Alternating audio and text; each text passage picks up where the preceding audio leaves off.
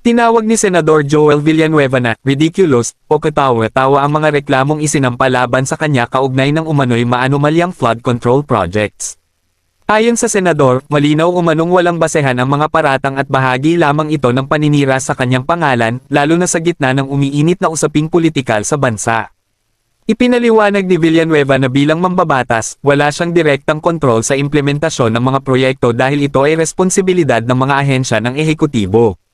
Aniya, ang papel ng isang senador ay tiyakin na may pondo ang mahahalagang proyekto para sa kapakanan ng mamamayan, hindi ang pamahalaan ang aktwal na gumagawa o nagmamando sa mga konstruksyon. Dagdag pa niya, handa siyang humarap sa anumang investigasyon upang linisin ang kanyang pangalan at patunayan na wala siyang kinalaman sa anumang irregularidad. Giit ng senador, hindi siya kailanman nakinabang sa anumang proyekto ng gobyerno at ang kanyang konsensya ay malinis.